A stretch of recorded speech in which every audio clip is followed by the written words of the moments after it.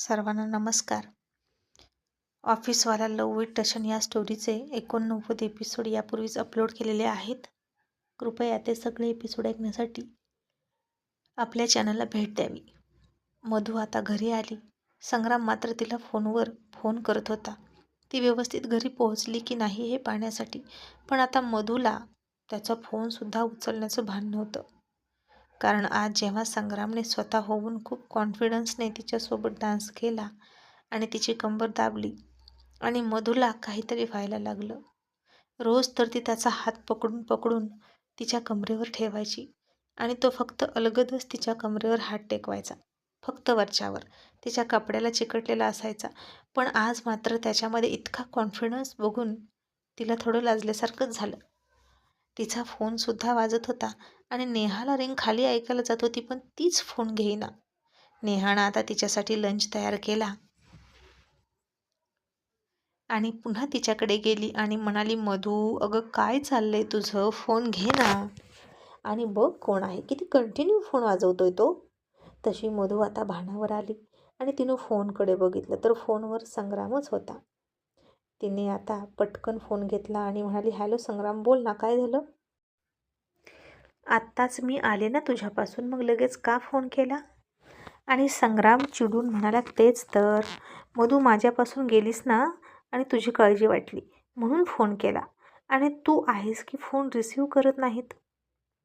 आधी फोन लागत नव्हता, तू मला ब्लॉक केलं होतं एक वेळ, ते बरं. पण फोन लागूनसुद्धा फोन न उचलणं म्हणजे खूप टेन्शनचं काम असतं मधू. तू पटकन फोन का नाही उचलला, मी किती काळजी करत होतो. असा तो नॉनस्टॉप बोलत होता. आणि मधू आतासुद्धा त्याचं ते काळजीचं बोलणं ऐकून नुसती ऐकतच होती. आणि का कोणाच ठाऊक, आज त्याला ऐकतच राहावं असं तिला वाटायचं. आणि संग्राम त्याचं बडबडून झाल्यावर म्हणाला, आता तरी बोलशील का, तू का बोलतेस का नाही, का मीच एकटा बोलू. आणि तुला अचानक असं काय झालं मला कळतच नाही. आणि मधू पुन्हा भानावर आली आणि म्हणाली, अरे काहीच नाही, पोहोचले मी व्यवस्थित, आता ठेवू का. आणि संग्राम म्हणाला, ओके. मग आता संध्याकाळ झाली आणि काय काय झालं ग दुपारपासून मधूसोबत हे नेहानं सगळं संध्याकाळी अतुलला सांगितलं. आणि म्हणाली, बघ ना, मी तिला विचारलं काय खाशील तर म्हणाली संग्राम. आता काय संग्राम ही खाण्याची गोष्ट आहे का. मधूसुद्धा ना कशी वागते मला तर कळतच नाही. अतुल, तुला असं नाही वाटत का रे की ती त्याच्या मॅटरमध्ये जरा जास्तच इंटरफेअर करते. त्या मुलीला काय गरज आहे इतरांच्या मॅटरमध्ये पडायची. आणि अतुल हसून म्हणाला, त्याचे शूज काढत काढत, नेहा डार्लिंग, इतरांच्या मॅटरमध्ये पडायची काय गरज आहे नाही, ती ऑलरेडी पडली आहे. आणि पुन्हा अतुल हसूनच मनातच म्हणाला, हां, आता फक्त मॅटरमध्ये पडली की ज्याचा तो मॅटर आहे त्याच्या प्रेमात पडली, हे फक्त बघायचं आहे. आणि तो म्हणाला, नेहा प्लीज 1 हॉट कॉफी. आणि ती म्हणाली, देणार ना, प्लीज कशाला म्हणतोस. आणि नशीब माझं अतुल की तू कॉफीच्या टायमिंगला घरी येतोस, नाहीतर डिनरच्या टायमिंगला घरी येतोस किंवा झोपायच्या टायमिंगला घरी येतोस. आणि अतुल हसून तिला म्हणाला, पण मी घरी येतो की नाही दॅट्स व्हेरी इम्पॉर्टंट. माझं दुसरं घर कुठेच नाही Neha. And you are very lucky की मी अजूनही, तू इतकी मोठी झालेली असताना सुद्धा तुझ्यावरच प्रेम करतो. तशी नेहासुद्धा त्याच्यामागे त्याला फटके द्यायला धावली. आणि त्यांची ही मस्ती पुन्हा मधूकडून संग्रामपर्यंत पोहोचली फोनमधून. आणि तो म्हणाला, मधू, आतासुद्धा तुझे मॉम डॅड मस्ती करतात का गं. यार मधू, किती गोड आहेत तुझे पॅरेंट्स. नाहीतर आमच्या घरी बघ, सतत मम्मीचा धाक असतो आणि माझे पप्पा घाबरलेले असतात. हे काही घर आहे का गं मधू, मला अजिबात हे घर घर वाटत नाही. मम्मीची सतत चिडचिड, पैशासाठी हावरटपणा, त्या वहिनीची बॉसिंग आणि आमच्या घरातले पुरुष सदा न कदा घाबरलेले. पण तुझ्या घरात ना खूप हेल्दी वातावरण आहे ना. आणि मधू हसूनच म्हणाली, येस, ॲक्च्युली संग्राम, माझ्या डॅडना तुला भेटायचं आहे. And my dad is very jolly man. खूप मस्त आहेत ते.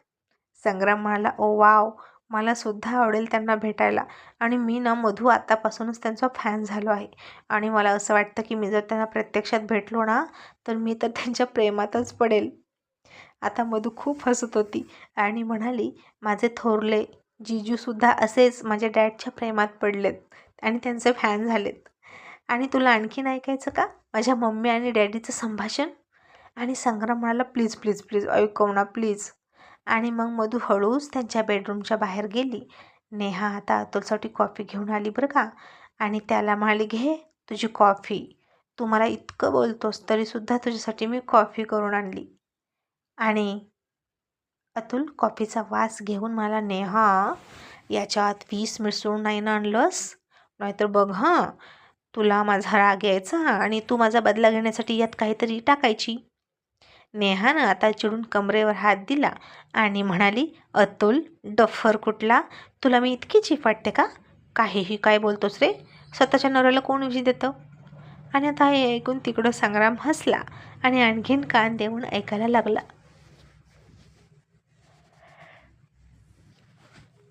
आणि मग नेहा त्याच्याकडे तक्रार करत म्हणाली, अतुल, ती आपली नेबर आहे ना मिसेस शर्मा, ती आज भांडली माझ्याशी. कुठून तिला बळ आलं होतं इतकं भांडायचं कुणास ठाऊक. काय तर म्हणे आपल्या झाडाच्या फांद्या त्यांच्याकडे गेल्या, गेटच्या वरून, कंपाऊंडच्या वरून. आता झाडाच्या फांद्या गेल्या तर याचं काय होतं रे? उलट चांगलं आहे की नाही? झाडामुळे सावली मिळते, ऑक्सिजन मिळतो आणि दिवसभर फ्रेश एअर मिळते. आणि ती मूर्ख मलाच भांडली, कशाला झाड वाढवलं म्हणून. आणि अतुल म्हणाला, oh my God, Mrs Sharma is very brave woman. त्यांनी चक्क तुझ्याशी भांडण्याची हिंमत दाखवली. तसा संग्राम इकडे हसला. मधूसुद्धा तोंड दाबून हसली आणि नेहा कमरेवर हात देऊन त्याला म्हणाली, बोल बोल, तू मलाच बोल हां अतुल. आणि मी काय म्हणते, तू घरी एवढ्यासाठीच आलास का मला चिडवण्यासाठी? आणि अतुल म्हणाला, तेच ना नेहा, मी म्हणतोय की मी घरी का आलो? अगं नवरा इतक्या वर्षातून म्हणतोय बरं का, दिवसातून नाही. तर नवरा इतक्या वर्षातून लवकर येतोय तर त्याला एंटरटेन करायचं सोडून तू मला भांडतेस काय गं? बरं झालं असतं झोपायलाच घरी आलो असतो तर. आणि नेहा म्हणाली, बोल हा बोल, मलाच बोल, मी डोळ्यात खुपते ना तुझ्या. आणि अतुल पुन्हा तिची मस्करी करत म्हणाला, नेहा, अगं तू केवढी, माझा डोळा केवढासा, आणि तू कशी खोपशील माझ्या डोळ्यात? असं अतुल दोन्ही हात फुगवून नेहाची जाडी दाखवत म्हणाला.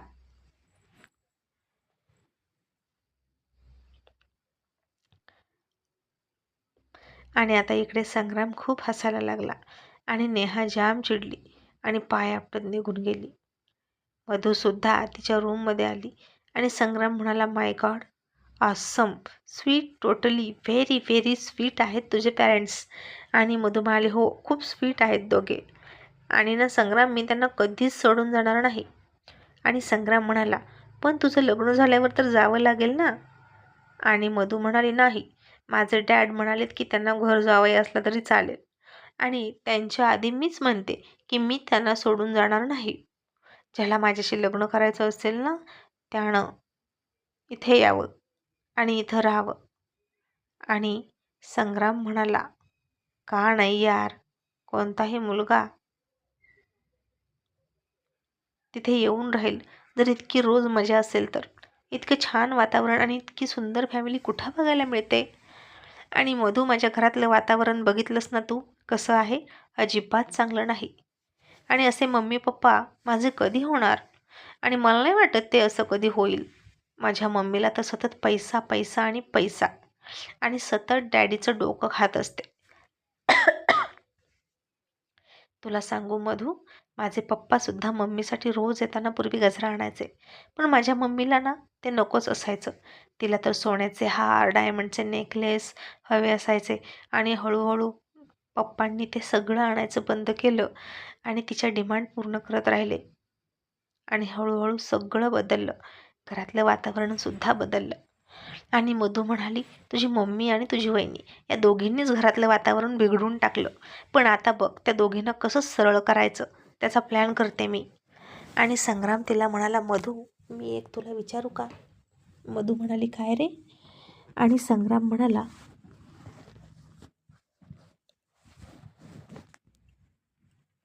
मधू तू माझ्यासाठी इतकं का करतेस ग? हल्ली कोणी इतकं कोणासाठी करतं? आता याचं उत्तर मधूला सुद्धा सापडेना. इतर वेळ असती तर ती लगेच म्हणाली असती फक्त फ्रेंडशिप आहे आणि म्हणून मी तुझी मदत करते.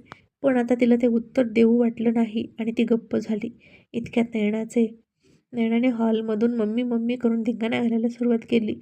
मधून ते ऐकलं आणि म्हणाली, संग्राम आता तिला काय झालं रे? संग्राम म्हणाला, बघतो काय झालं ते आणि तुला उद्या सांगतो, ओके? असं म्हणून फोन ठेवला आणि तो खाली आला. संग्रामची मम्मी म्हणाली, काय झालं नैना बेटा, तू इतकी चिडली का आहेस? आणि नैना म्हणाली, मम्मी अहो मी चिडली नव्हते, मी तर एक्साईट होऊन तुम्हाला हाक मारत होते. आणि आत्ता संग्रामनं डोक्यावर हात मारला. आणि या बाईचं एक्साईट होऊन आनंदी होऊन ओरडणं सुद्धा किती भीतीदायक आहे आणि त्रासदायक आहे असं त्याला वाटलं. खुश होऊन हाक मारणं हिला जमतच नाही का? आणि संग्राम आता परत निघाला आणि नैना म्हणाली, संग्राम तू सुद्धा थांब, आता माझा बर्थडे येणार आहे तर त्याविषयी मला काही डिस्कस करायचं आहे. आणि संग्राम डोकं चोळत म्हणाला, मग त्यासाठी इतकं ओरडायची काय गरज होती? हळू सांगितलंस तरी कळलं असतं. आणि नैना म्हणाली, संग्राम हे बघ डिम्पलने तुझ्यासाठी काय पाठवलं आहे आणि एक्सपेन्सिव्ह वॉच आहे बघ, खास US वरून तिनं तुझ्यासाठी घेतलं. आणि हे ब्रेसलेट बघ छान आहे ना, तुझ्या हातावर खूप सूट करेल असं तिला वाटतं. आणि हे सगळं बघून संग्रामच्या मम्मीला मोह सुटला. तिने ते घेतलं आणि संग्रामच्या हातात घालून म्हणाली, घे बेटा घे बघ, अरे लग्न होण्याआधीच तुझे किती लाड करत आहेत ते. तसं त्या तुझ्या गर्लफ्रेंडच्या मधूच्या घरून कुठे काय मिळणार आहे? आणि संग्रामने हात झटकला आणि म्हणाला,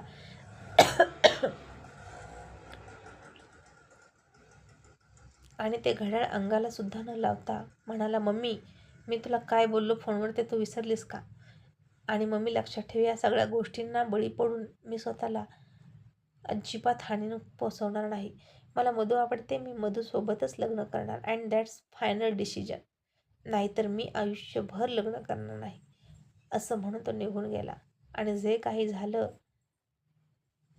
त्यानं लगेच मधूला फोन करून सांगितलं आणि मधू म्हणाली, अच्छा तर आता असे आमिष दाखवतात का ते तुला? पण तू त्यांच्या अजिबात ऐकू नको, समजलं? आणि संग्राम म्हणाला, हो मी नाही ऐकणार.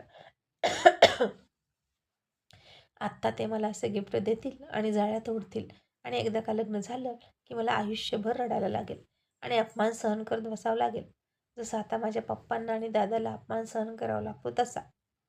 आता मी नेहमीच्या बर्थडे पार्टीत सुद्धा जाणार आहे. आणि मधू म्हणाली, असं नको करू संग्राम, उलट त्या बर्थडे पार्टीत मी सुद्धा येणार आहे तुझ्या वहिनीला विश करायला. आफ्टर ऑल ती माझी होणारी थोडी सिस्टर इन लॉ असेल ना. आणि संग्राम म्हणाला, आर यू सिरियस मधू? आणि मधू म्हणाली, हो जस्ट वेट अँड वॉच.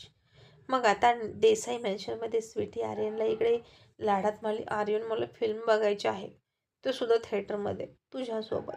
आणि आर्यन मला, बेबी इट्स नॉट पॉसिबल, आपण घरातच थिएटर करूया का, ओके? आणि मग मी स्वतः माझ्या हाताने कुक बनवून तुझ्यासाठी पॉपकॉर्न करणार, मग पुन्हा वेटर बनवून तुला पॉपकॉर्न सर्व करणार आणि मग तुझ्यासाठी सगळं काही करेन असं ती म्हणाली आहे. पण प्लीज बेबी बाहेर येण्याचा मार्ग हट्ट करू नकोस. आणि स्वीटीनं हाताची घडी घातली आणि बसली रुसून. आणि आर्यनला तर तिच्यासाठी आता हे सगळं कसं मॅनेज करावं तेच कळेना. आता रात्र झाली. तन्वी अर्जुन झोपण्याची तो वाट बघत होता आणि तिला म्हणाला, गुपचूप जाऊन गाडीत बस, मी काहीतरी करतो. मग आता ती गेली आणि आर्यनने तिच्या लोड उश्यात तक्के घेतले, त्यावर पांघरून टाकलं. तिची चप्पल तिथेच बेडच्या खाली सोडली आणि प्रॉपर स्वीटी झोपली आहे असा सीन तयार केला. आणि स्वीटी तोपर्यंत गुपचूप जाऊन बसली गाडीत. आणि तो आता आरामात गेला तन्वीकडे आणि म्हणाला, मॉम मी ना मॅककडे निघालो आहे. आणि मॉम मी स्वीटीला सांगितलं आणि तिला झोपवलंसुद्धा. आणि ती म्हणाली की तिला कोणीही डिस्टर्ब करू नका, ओके. आणि तन्वी म्हणाली, ओके तू लवकर ये. आर्यन आता खुश झाला आणि आपली थाप मॉमला पटली. या आनंदात तो गेला. गाडी गेटच्या बाहेर घेऊन गेला. तशी खाली वाकलेली स्वीटी उठून बसली आणि दिसायला लागली. मग ती पुढे बसली, त्याच्या हाताला मिठी मारली आणि म्हणाली, Aryan you are so sweet baby. तू माझ्यासाठी काहीही करतो. आणि तो म्हणाला, ते ठीक आहे, पण जर मॉमला कळलं तर माझं कडू कारल्यापेक्षा बेकार हाल होतील. आणि स्वीटी खूप हसली. मग आता तन्वी गेली, स्वीटी झोपली याची खात्री करून आली आणि तीही झोपली. मग आता काय, दोघे बाहेर गेले, मूवी वगैरे बघितली आणि थोडंसं बाहेर खाल्लं पिल्लं. आणि किती दिवसातून स्वीटी बाहेर आली होती. तिला खूप आनंद वाटत होता. मग ते दोघेही आता घरी आले. रात्रीचे 12 वाजून गेले होते. आर्यनने त्याचं ब्लेझर घेतलं, खांद्यावर टाकलं आणि हळूच दरवाजा उघडला. आणि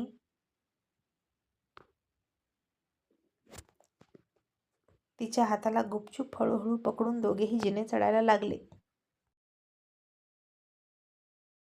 आणि बेडरूममध्ये गेल्यानंतर त्याला खूप हायसं वाटलं आणि तो म्हणाला, थँक गॉड स्वीटी, मॉमला काही नाही कळलं. हे बघ तुझा केलेला स्टॅच्यू अजून इथे झोपला आहे. असं म्हणून आर्यनने पांघरून काढलं आणि त्यातल्या उशा बाहेर काढायला गेला तसे दोघेही शॉक झाले. दोघांनीही थोडंसं घाबरून इकडे तिकडे बघितलं आणि समोर बेडवर तन्वी झोपली होती आणि ती त्याच्याकडे रागात बघत होती. आर्यनला तर आता त्याचे 1000 तुकडे झाले तसे फिलिंग आली आणि त्यानं त्याच्या खांद्यावरचं ब्लेझर घेतलं आणि तोंडावर टाकलं आणि तिच्याकडे बघितलंच नाही आणि मनातच म्हणाला, ओ गॉड सेव्ह मी. आणि आता आर्यन बाबूचं काय होईल हे बघणं इंटरेस्टिंग ठरणार आहे.